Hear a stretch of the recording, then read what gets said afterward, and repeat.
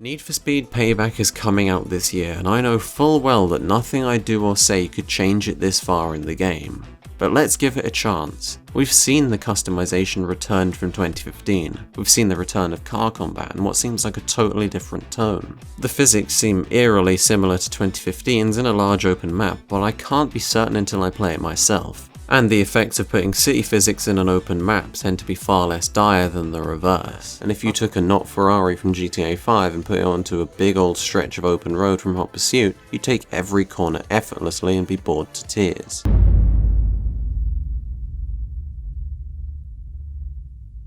Need for Speed Payback is here. Yeah, I think I have a high enough IQ to start watching Rick and Morty because I hit the nail on the head. Well, to a degree. Need for Speed Payback is the next installment in this reinvention saga for the Need for Speed games, started by the abhorrent Need for Speed 2015. The best thing about 2015 was that for the first time since Hot Pursuit 2010, the devs had finally learned that your driving physics have to fit your map. 2015's physics were very rough, but they were quick enough and just about right for the city it was set in. The rest of 2015, however, aside from the customization, was a bad joke. When I wasn't gouging my eyes out at the cutscenes, I was reenacting Journey to the Center of the Earth. I put my faith into Payback. Need for Speed hadn't even been above competent since 2010, and the rest of the genre wasn't doing much better. Forza 6 and Horizon 2 were locked to Xbox One, Horizon 3 ran horribly on PC and it was only accessible through the Windows Store. GT was nowhere to be seen, Project Gotham Racing, Burnout and Grid showed no signs of returning and the crew was only slightly above average.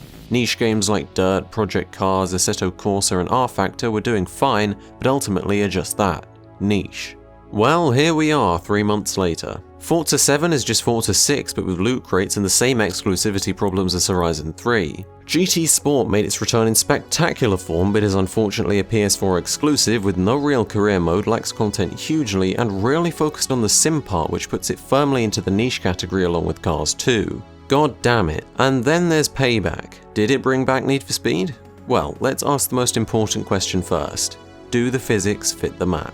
Kinda. Drift spec feels like the closest we've been to the godly physics in Hot Pursuit since 2014, and grip spec feels like a slow version of GTA. Compared to the last game, it's a more polished version of that, with drifting massively improved, and the only reason I know this is because the map let me drift. Payback's Fortune Valley is half the open hulk of Hot Pursuit, half the tight and winding city roads of 2015.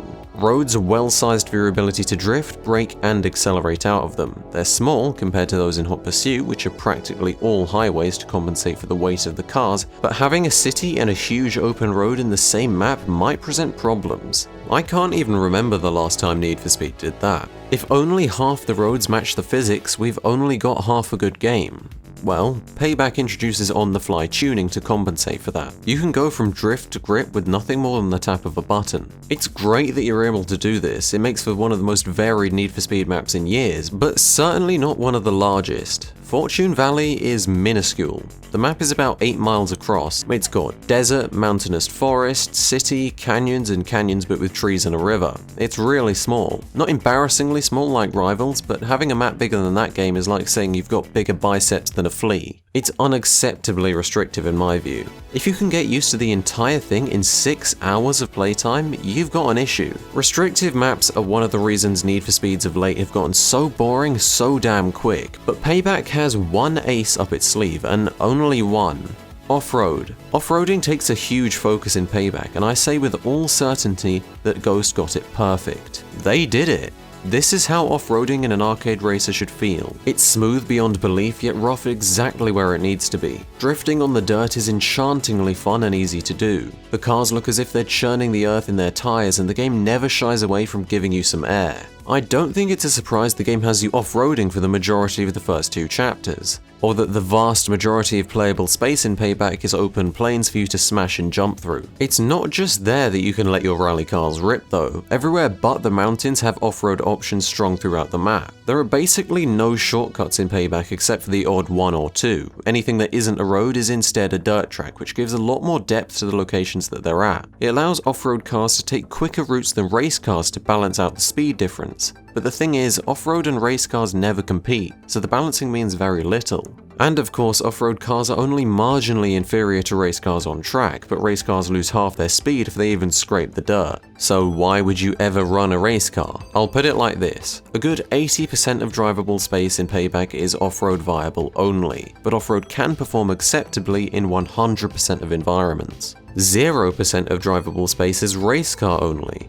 Race cars can perform acceptably in 20% of environments. You see the issue. Of course, those 20% that race cars can work in are the 20% that the majority of events will happen on, so most of the issue is counteracted in that. But in free roam, as you can imagine, it's a big deal. I can't help but thinking that part of the reason I love off-roading and Payback so much is because the alternative is so much worse. I said that Payback's physics kinda match the map, and that the roads are well designed for them. Well, yeah, they got that right. But that doesn't mean they're very fun. At the core, they're still based off the reinvention physics from 2015. So many of its problems show themselves, and with the new map, they're even worse than before. Going fast in Payback is astoundingly mundane. It doesn't feel at all fast. I think much of that's down to the total lack of visual effects, but I'm sure the physics also play their part. 150 miles an hour compared to Need for Speed Hot Pursuit from 2010 feels 100 miles an hour slower than you're actually going. You have to play it yourself to really know what I mean. The biggest reason I love Burnout Paradise and Hot Pursuit 2010 is that going fast feels like the car's driving you. As the speedometer climbs, the handling clenches up, the visual feedback increases, and you find yourself contorting your face as you struggle to control the speed. That's what Need for Speed is to me. That's why Hot Pursuit 2010 is one of my favorite racing games ever. That's why, despite all of Rival's flaws, I still think it's a good game. 2015 felt a lot more street, but goddamn was it slow off the start line. Going forward on the biggest stretch of road in the game and doing nothing else didn't feel like you were unleashing the beast, it felt like you were freeing Willy. Payback's got more open road than 2015 did, and Ghost has done absolutely nothing to make that feel fast. It's not about making the cars go faster, it's about making them feel faster. Is it not literally written in plain English on the box? I had a hand propping up my face for the majority of race events because pulling ahead of the pack did nothing at all for me. Doing 150 miles an hour feels like you're racing on the moon. There's no feedback, there's no power. This is by far my biggest issue with Payback. How could they forget the speed part of Need for Speed? Admittedly, this is a subjective complaint, but if you disagree with me, I hope you can understand my reasoning if you think back to Hot Pursuit or any of the late Burnout games. Unfortunately, this issue extends into the progression of the game too. The car list for off-road is tiny compared to the car list for the race spec, meaning if you prefer off-roading, you've got infinitely less variety. Are you guys lost? What do I mean race car list? You can customize your car to be viable for either off-road or race, right? LOL. There are 5 car specs: drift for drifting, race for racing on asphalt, off-road for racing on dirt, drag for acceleration and speed, and runner from running away from and beating up the police. The difference between each class is pronounced, but it doesn't feel even remotely special if you didn't make it yourself. Great job on the setup, by the way. Lighting up those tires is a piece of cake. Setup? Let me guess. This car was already set up for drifting when you bought it. Duh.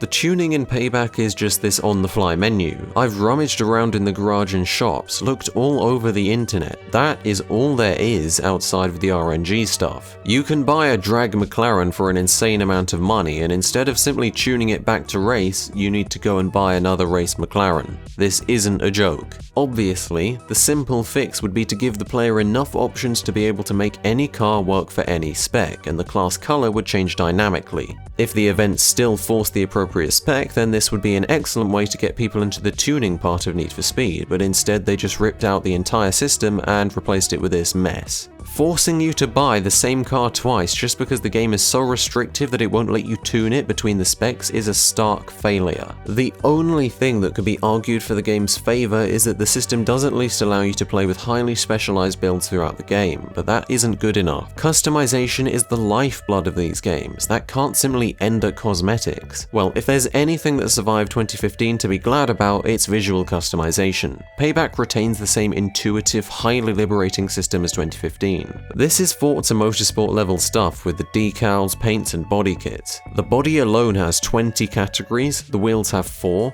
the license plate has 3, but Payback brings its own tyre smoke, underglow, nitrous colour and a few other things including camber, which is a great way of making yourself look like a Muppet.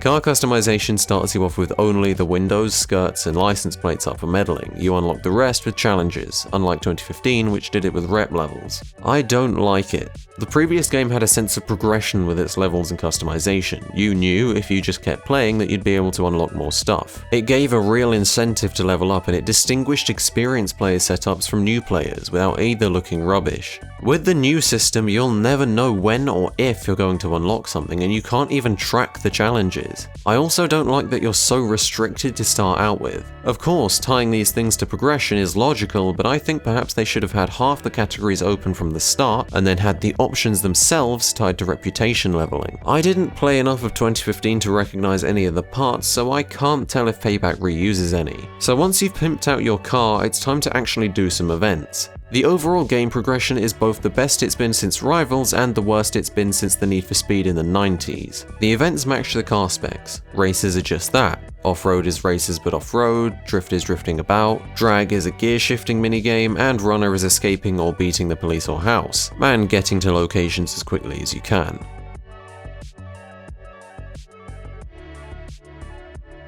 There's nothing here we haven't seen 1,000 times before. I said in the last video that one of Most Wanted 2012's biggest flaws was that in races you'd have to spend a huge amount of time looking at the minimap rather than the road to make sure you stayed on track. It wasn't clear enough. I also said that one of 2015's biggest flaws was that it gave an accurate enough racing line by default, effectively making the gameplay itself, and that Hot Pursuit avoided all of these issues by simply having one singular road with few turnoffs for the majority of the game. Well, Payback has a bit of a compromise. There's no racing line, thank fuck. Instead, we've got hooped checkpoint markers every few hundred meters, Most Wanted's big sky checkpoint thingies, and even a bit of Hot Pursuit's open road solution that make knowing where you're meant to go a non-issue. For the first time since 2010, a Need for Speed game gets it perfect. Although, if you set your own marker on the map, no guides appear and it's back to staring at the minimap. Seems odd the game would do this, since even non-racing games like Just Cause 2 are fully capable of dynamically generated markers.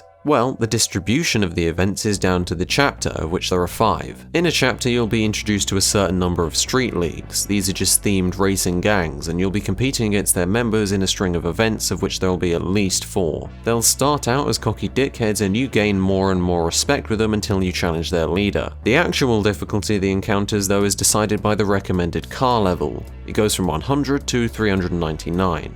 So how do you keep up? Well, in any other game you'd just buy better parts, but in this game it's all about RNG. There are 6 performance upgrade slots: turbo, brakes, ECU, gearbox, head and exhaust. You get better parts through speed cards, which you can pick up from a random hand of 3 at the end of each event. The number represents the overall power, the color and symbol represent the manufacturer, and the word down below represents the specialization. All of these factors are randomized to a degree. Power will almost always be above your current level, and it's unlikely you'll get no specializations late game. The manufacturer controls pretty much nothing, but if you have 3 of the same, you get a set bonus. Each part will typically benefit one set of stats over others, and may even disadvantage some. Exhaust will boost nitrous, but may reduce airtime. Specializations will add another layer to this. If you get a nitrous specialization on your engine block, you'll also get nitrous stat boosts. You can have up to 3 specializations on a card. There are so many factors in upgrading here that the perfect set will not only make your car into the vessel of gods, but will also be very, very hard to get your hands on.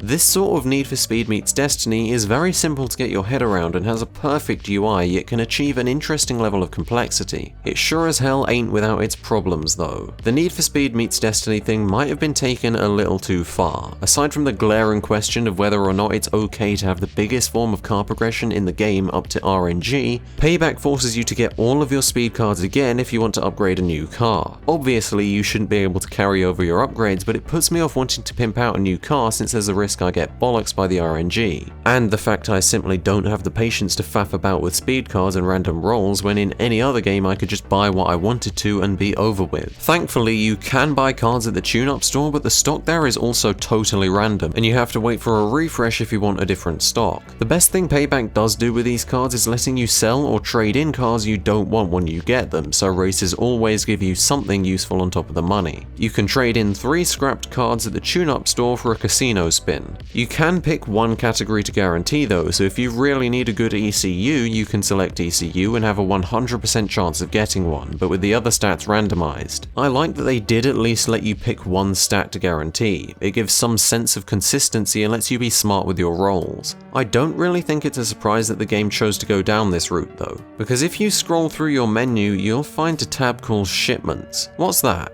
A new way to unlock cars? No, micro-fucking transactions. Yep, full-priced game with full-priced bullshit microtransactions. Per shipment, you'll usually get a bunch of in-game currency, a vanity item, and some part tokens which you need to use the casino, so not at all purely cosmetic. There's nothing game-affecting that you can't get through normal play, but that doesn't detract from what this is. It is also, of course, pay to win due to the rubbish multiplayer component which somehow lacks online free roam. Indefensible. And given the events of the past year, to even suggest that Ghost and EA wouldn't have screwed about with the progression curves to coerce you into buying these things is naive to the point of comedy. Exhibit A. The game gives you a free loot box every time you level, and of course you'll be leveling a lot early game. You also get one every time you complete a set number of challenges, which I'll talk about later, but the requirement to get a shipment is much lower early game than it is late game. Having the player open a large amount of loot boxes early game is a tactic used by all games with insidious microtransactions to convince the player that they're a normal part of the progression,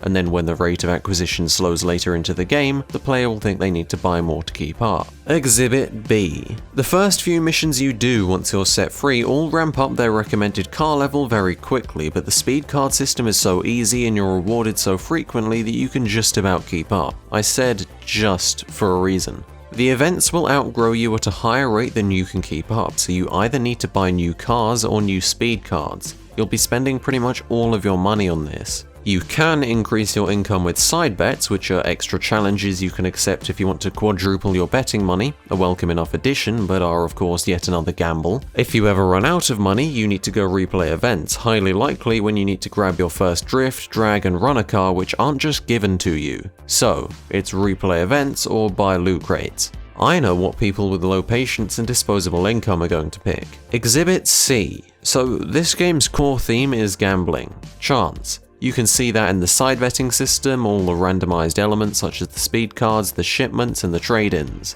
My inner cynic is screaming that this was also the entire game preyed on the loot addiction Payback builds in the player, all for EA to sell microtransactions. Again, can you really argue against this? The entire game is built around gambling. It's everywhere. It's totally glorified. And is there anyone who benefits from this but EA? Few people might have seen this, but I think Need for Speed Payback has just invented an entirely new way of selling microtransactions. By theming the entire game, both in the progression and in the story, around gambling. That's EA for you. And to think we kicked up a storm about Forza 7. But there's something more to this than meets the eye. I think that Ghost Games subtly told EA to get fucked for ruining their game. The theme of the game is gambling, and while the actual systems in place do glorify that, if you analyze the story a little, you can see the irony of the situation. The primary antagonist is an evil cartel called the House. They're money-hungry maniacs who rig street races in their favor and buy people off to shut their mouths. The Big Cheese is a power-crazed car collector,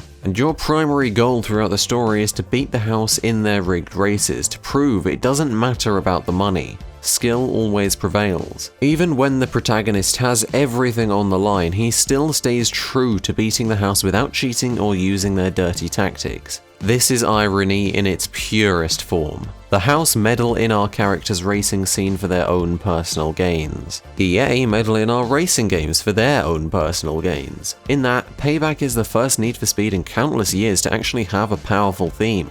And I find it hard to believe that that was just a coincidence. That the game is called Payback over any other appropriate word such as revenge, vengeance, or retribution. Ghost, if you really did do this on purpose, You are my favorite racing game devs of all time, and I'm sorry your hard work had to be blighted with these poisonous practices. Well, let's take our minds off that.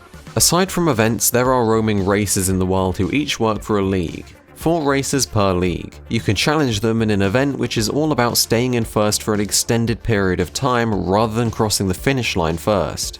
You beat a racer once, he comes back stronger. You beat all 4 on all 3 difficulty levels, you can challenge the boss. It's a really cool way of doing dynamic races. And what do you get for your trouble? I spent 30 minutes scouring the internet looking to see if I had missed anything, but I think the reward is an achievement. Oh dear.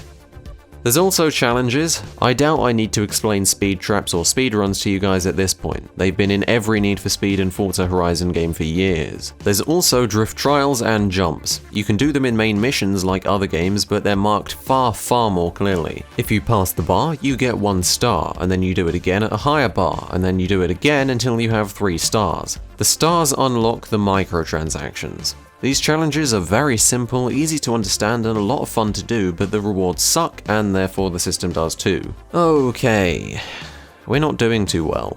One of the major things the game set out to do was translate the Fast and Furious movies into video game form. You unlock each Fast and Furious mission, that's just what I call them, after you beat all the street leagues available to you. But the first one is actually in the intro, and that means Need for Speed Payback has the best intro of any Need for Speed I've ever played. Cool cinematics showing off the cars into an action-packed driving sequence which shows off the new scripted character switching mechanic, and introduces the core cast of characters and their personalities. Once you make it to the garage, you get introduced to some new characters, and then it's another driving section. Immediately after, you're doing a car heist. You're in a Koenigsegg doing a street race, and then you steal the car by flying off a ramp. Then you switch about doing the race and beating up the police. Then you get the car stolen from you, and the guy you stole it from in the first place tells you it's prison or working for him. 6 months later, you're driving an Aston Martin, which might have been a Jag, I can't remember, and get another interesting cutscene. Jesus, it's quick, but the plot gives away all the details it needs to in the most concise manner it possibly can. You're in 6 different cars in 4 different locations doing a race, a time trial, a combat section, and challenges all in the span of about 30 minutes. It's glorious. Or at least that's the impression it had on me at first. The second Fast and Furious mission is the one they showed off at the press event, the truck battle. You're in a cool Mustang beating up the house's enforcers. You progress ahead and drive up to the side of the truck to get Jess inside. It's pretty but not very cool. You can't control any of it, and what follows is the most embarrassing product placement I've ever seen in my life. Just listen to this. Later. Jess, that's a hell of a lot of cops on your tail. You sure you can handle them? In this car, they'll never keep up. How's she handling? You know when you step on the gas and the engine growls to life for a second? Oh yeah. Like that, except it never stops. You're kidding me. You're halfway to the airfield already? I like this car. Man, I can't wait to drive it. Sorry, Mac. The Koenigsegg goes straight to the gambler as soon as Raps had a peek under the hood. Damn it. Why don't I ever get to drive a cool car? Hey, Mac, you were right, by the way. Yeah? This is fun.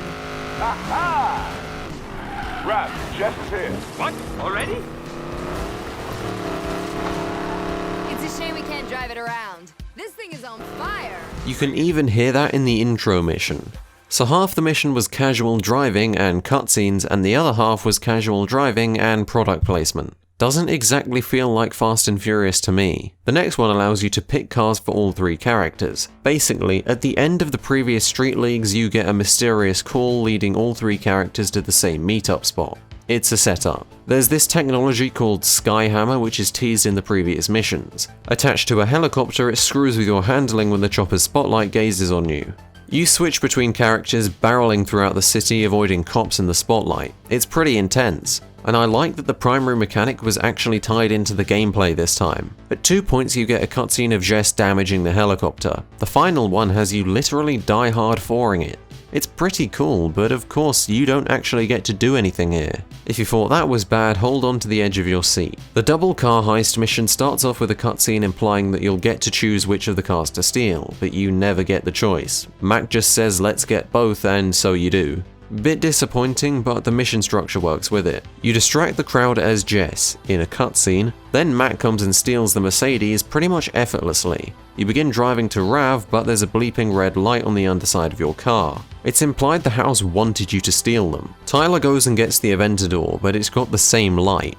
Yeah, it's a bomb. Mac comes out with a truck and saves Tyler in a cutscene. Then Tyler drives the car up a ramp into the truck in a cutscene. Then you get to actually drive the truck a little until it smashes off the highway in a cutscene. Then Jess finds herself cornered by the police, but Mac saves her, except you aren't controlling Mac, you're just watching. You hold forward in the truck a bit more until Tyler and Rav dash the bombs out the back in a cutscene.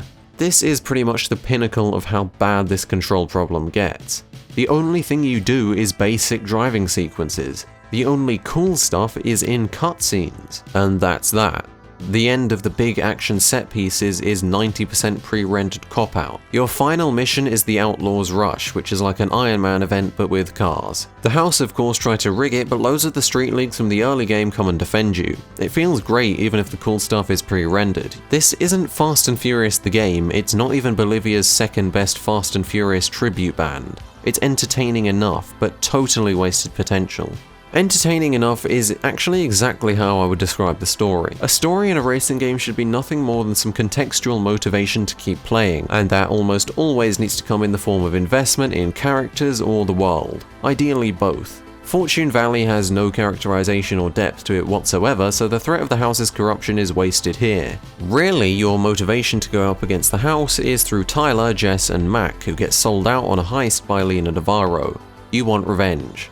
Here's the problem with this. Most of the revenge stuff is about Tyler and Lena's conflict. This is done through themes and dialogue. One succeeds, one fails. The themes are Tyler being about winning legitimately, whereas Lena wants to win by whatever means necessary, even cheating. A racing game having proper themes these days is unheard of. It teaches a lesson by having the protagonist philosophy win over the antagonist philosophy. I'm actually really impressed they got this right. So if themes succeed, that means characters must fail. Yeah, Tyler is a blank slate. His dialogue is cliche, cookie-cutter, good guy stuff, devoid of any potential for investment. And because this game seems determined to have such a childish lining to it, the plot's never allowed to do anything to Tyler or any of the cast that would justify having an entire game about revenge. She sets him up on a job, but Marcus Weir bails him out of legal issues anyway. It's here that the premise half fails, because if you haven't got a strong reason to want to help Tyler get revenge, it's really hard to get invested. The plot is just about carried on the other characters, Mac, Jessica, and Marcus. Mac doesn't do much, he's just a super happy, reckless kid type character. He's got charisma in his writing, but it's unbelievably cringy. In the first drift mission, there's this character called Tiger Twat or something who's a not very funny millennial stereotype. You know, OMG, LOL, XD, that kind of stuff. The game is self-aware on this, but the thing is, Mac, one of the protagonists, is no better than him. If he dabbed, I wouldn't be surprised. Thankfully, Jess is much better. She dabbles between hard ass and bitch, but it's the fact that she has unclear motives that makes her so interesting. Does she really care about Tyler or Mac, or is she just in it for herself? The game gives you conflicting evidence on both sides. Her dialogue is genuinely engaging, for a Need for Speed game at least, and the identity of the broker, the woman she gets jobs from, provides a fun mystery to help you stay invested in her events. And then there's Marcus. Marcus is a pseudo-antagonist who hates the real antagonist as much as you do, so he helps you out. That gives him plenty of different motivations and layers to work with. His dialogue is cocky but witty at the same time. But my favourite thing about him is that he is a character who for once isn't either evil or good, but in the grey area. His big motif is gambling, and it's always interesting to see what his plan is. He doesn't have enough power to tell you what to do, but he does have the brains to convince you that he knows best. This made him by far the strongest character in the game for me, but perhaps that's also down to how awful the other character's voice acting is. The voice acting is an embarrassment, to put it kindly. Tyler, the main man, has the charisma of a fucking toilet brush. Just an unenthusiastic, totally unremarkable voice you'd expect from any video game protagonist. Jess's voice actor might be the worst of them all. She literally fails to sell anything and everything she says in the entire game. But the voice acting isn't really the story's biggest problem, it's the tonal conflict. So this game is about corruption and gambling. These are some pretty mature themes. The game dabbles in hits, murder, and fixed events. Pretty dark stuff. Now, I wasn't expecting the Dark Knight level of maturity here, but Jesus fuck. The tone of characters is so happy-go-lucky they might as well dress up in pink fluffy costumes and start firing rainbow-coloured nitrous out their exhaust. Payback my ass. At the end of the game, the leader of the house confronts the woman who set you up. She failed him and he's tying up loose ends. It's basically implied that she gets the old concrete shoes treatment. Pretty grim. You can hear her heavy breathing and the screen cuts to black. And immediately after, you're joking about with the squad. What? How can we have gone from murder to cheesy joking in the span of what, 10 seconds? The game does it even worse in a previous mission where you hear the Skyhammer chopper pilot being forced to put his life in danger to stay on your tail. At the end, you literally murder him. You divert a truck so it smashes straight into the chopper's cross-section and it explodes into a ball of fire. And then Jess and the team get all celebratory immediately after. Seriously? This game wants to be mature so badly, but it seems like it's being forced into some obligatory racing game character stereotype that the writers had to conform to. The probability of any given racing plot being not very good by now is pretty much 100% given how many trials we've had. So why does Need for Speed insist on paying big money for actors, writers, and cutscenes when they know full well it won't be worth it? I don't know. Do you know the definition of insanity? I don't think racing games can't have a good plot. I genuinely think with a bit of effort and abandoning this idea that racing game characters have to be kids, you could have a great story. Payback doesn't have a bad story. The plot doesn't make any sense, but what did anyone expect? The ridiculousness of the plot is charming for a lot of people. It's the characters and themes that make Payback memorable. Shockingly, the game teaches a lesson with its themes effectively, and it had some really strong characters to hold up the low-effort revenge plot and boring main. Jessica and Marcus specifically. But surely Ghost should have prioritized driving and progression over this? The story, as racing games go, is great, but I just can't believe they bothered to spend so much time and money on this. Did you just low out loud? Over the actual speed part of Need for Speed. Over the game part of video game. Over optimizing the game on PC. Yeah, I still haven't talked about the port yet.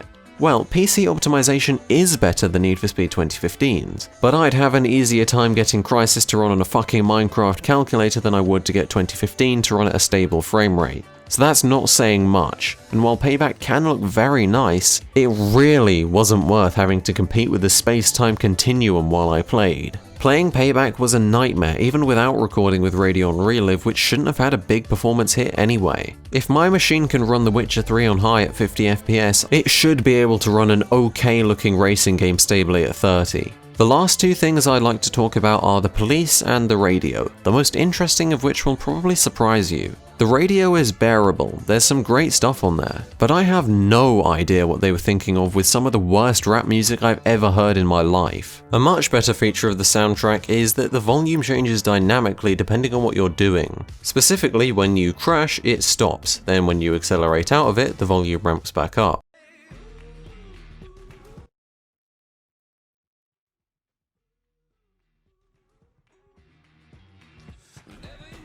If you slow to a halt, you hear the music as if you would if it were coming from a sealed car, but when you accelerate back up, you can hear it clearly.